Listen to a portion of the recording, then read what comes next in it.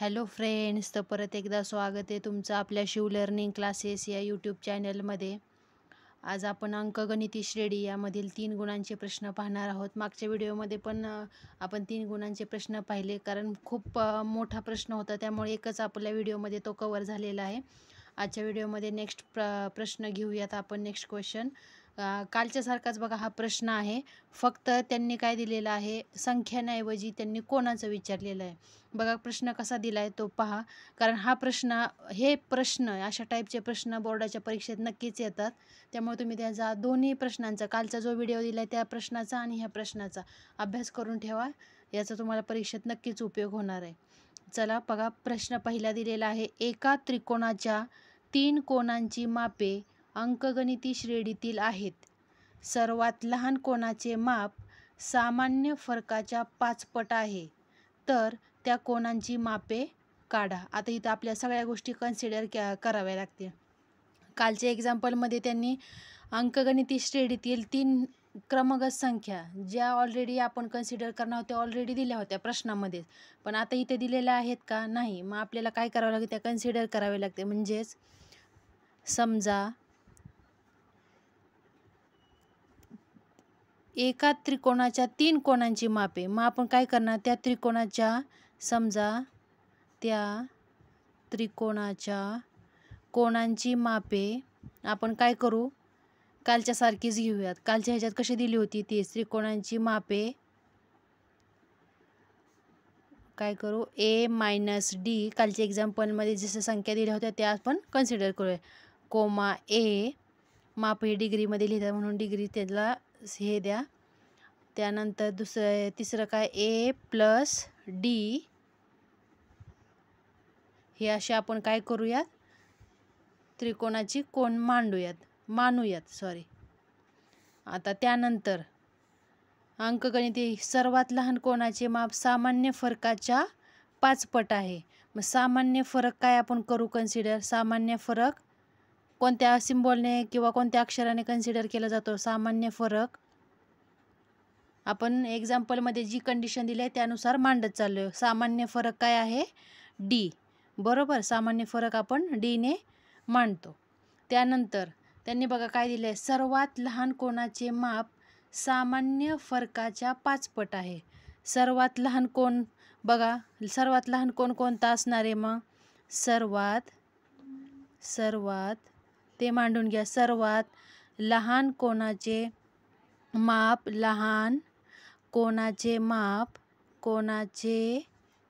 माप काय आहे, ए मायनस डी आहे. बरोबर. आणि हे माप काय आहे, हे माप सामान्य फरकाच्या किती 5 पट आहे. सामान्य फरकाच्या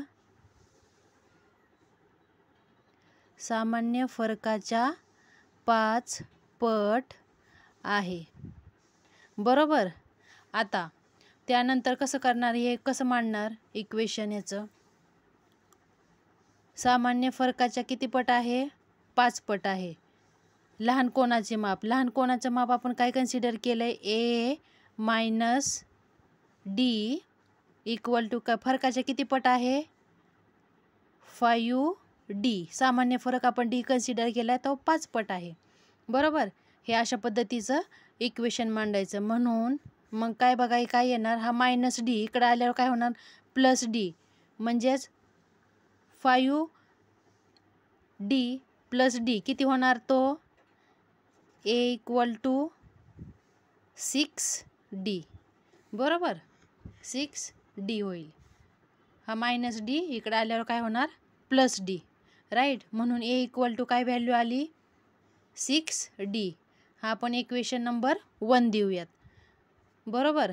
मग त्यानंतर आपल्याला माहिती आहे त्रिकोणाच्या तिन्ही कोणांची मापांची, त्रिकोणाच्या हे समजण्यासाठी लिहिते, त्रिकोणाच्या तिन्ही कोणांच्या मापांची बेरीज किती असते, तिन्ही कोणांच्या मापांची बेरीज 180 असते. कोणांच्या मापांची बेरीज किती असते, 180 डिग्री. बरोबर, अंश म्हणतात त्याला, 180 अंश असते. हे वाक्य लिहिलं. मग आता त्रिकोणाच्या तिन्ही कोणांची मापे आपण काय दिलेली आहेत? A minus D plus A plus D equal to 180. Right. मग आता हे सॉल्व करा बघा. A plus A minus D plus D cancel. बरोबर. A plus A 2a equal to 180 180. मग ए इक्वल टू हा 2 गुणिले इकडे आल्यावर भागिले होणार. बरोबर. मग 180 भागिले 2 केलं तर किती येणार? 90. एची व्हॅल्यू किती आली? 90. बरोबर. एची व्हॅल्यू आपल्याला काय मिळाली? 90. मग ही एची व्हॅल्यू आपण काय करू आता? एची व्हॅल्यू बघा इथे ए प्लस ए हा ए कन्सिडर व्हॅल्यू काउंट करायचा राहिला. ए प्लस ए 2a प्लस हा ए किती येणार? 3a. 3a डिवाइड बाय 180 किती येणार? 180ला जर 3ने भागलं 180ला जर 3ने भागलं 3 एके 3 3 सक 18 3 0 0 किती येणार? 60. बरोबर. एची व्हॅल्यू काय मिळाली आपल्याला? 60. हे समीकरण 2 आपण कन्सिडर करू. मग आता एची व्हॅल्यू आपण समीकरण 1 मध्ये टाकू. म्हणून ए इक्वल टू 60 समीकरण 1 मध्ये टाकू.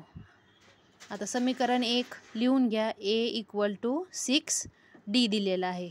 एची व्हॅल्यू आपल्याला मिळालेली आहे 60 इक्वल टू 6d. राईट. मग आता हा डी आणि 6 हे मल्टिप्लाय आहे. इकडे आल्यावर काय होणार? डिवाइड होणार.